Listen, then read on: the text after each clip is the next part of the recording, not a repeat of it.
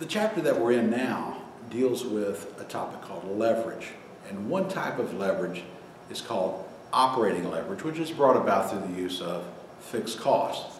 The way you analyze the impact of operating leverage is to do what's called a break-even analysis. And that's the topic of really that we're going through in this chapter. And in this problem it reads this way. It says the Weaver Watch Company sells watches for $25 a piece. Fixed costs are $140,000 and the variable costs are $15 per watch.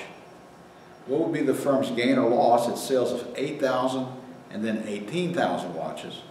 The B part says what is the break-even point? The C part, what would happen to break even if the selling price was raised to $31? The D part, what would happen to break even if selling price was raised to $31?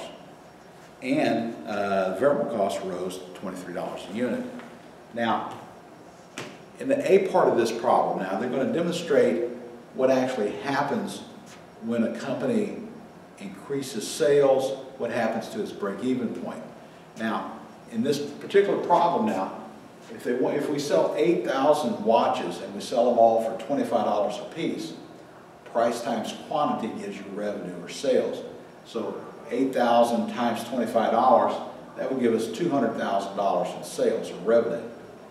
Fixed cost, they tell us, stays the same all the time. That's $140,000. And variable cost is tied to sales, to unit sales. So 8,000 watches, they tell us the variable cost is $15 per unit. 15 times 8,000 would give us $120,000 in total variable cost. So variable cost per unit times the number of units you produce and sell, that gives you total variable cost.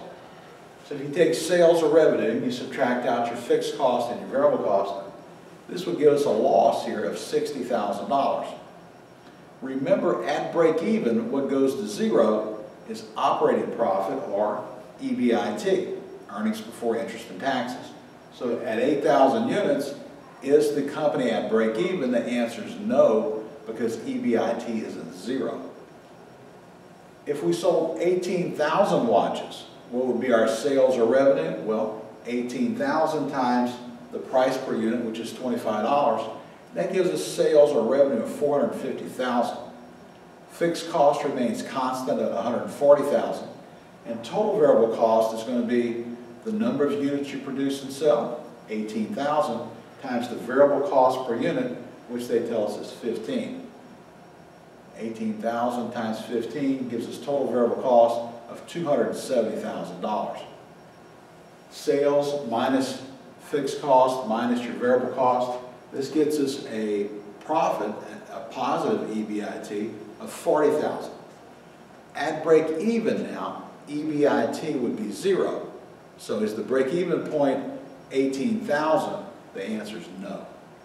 What is the break even point? Clearly it's somewhere between 8,000 units and 18,000 units. This is the break even point formula. Break even is fixed cost divided by price per unit minus variable cost per unit. By the way, this denominator, price minus variable cost per unit, this is indeed known as the contribution margin. That's contribution margin. You'll hear that in accounting, other circles. What they're talking about when they talk about contribution margin is the price per unit minus the variable cost per unit. Fixed cost is $140,000 divided by your contribution margin, which is $10, the difference between 25 and 15. And indeed, you find the break-even point is at 14,000 units. At 14, if you produce and sell 14,000 watches, your EBIT, your operating profit, would be zero. They also want to know what happens when contribution margin changes. Well, in part C, the contribution margin actually increases. It goes to $16. So it went from $25 to $16. What happens to break even? Well, it goes down because you're making more money per unit. In the D part, they go the opposite. They create a situation where the contribution margin goes down. In this case, it goes down to $8 a unit. So it goes from 10 to 8. Well, what will happen if you make less money per unit?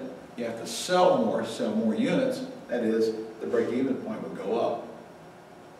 contribution margin and break-even point, they are inversely related. So if the contribution margin goes up, the break-even point goes down.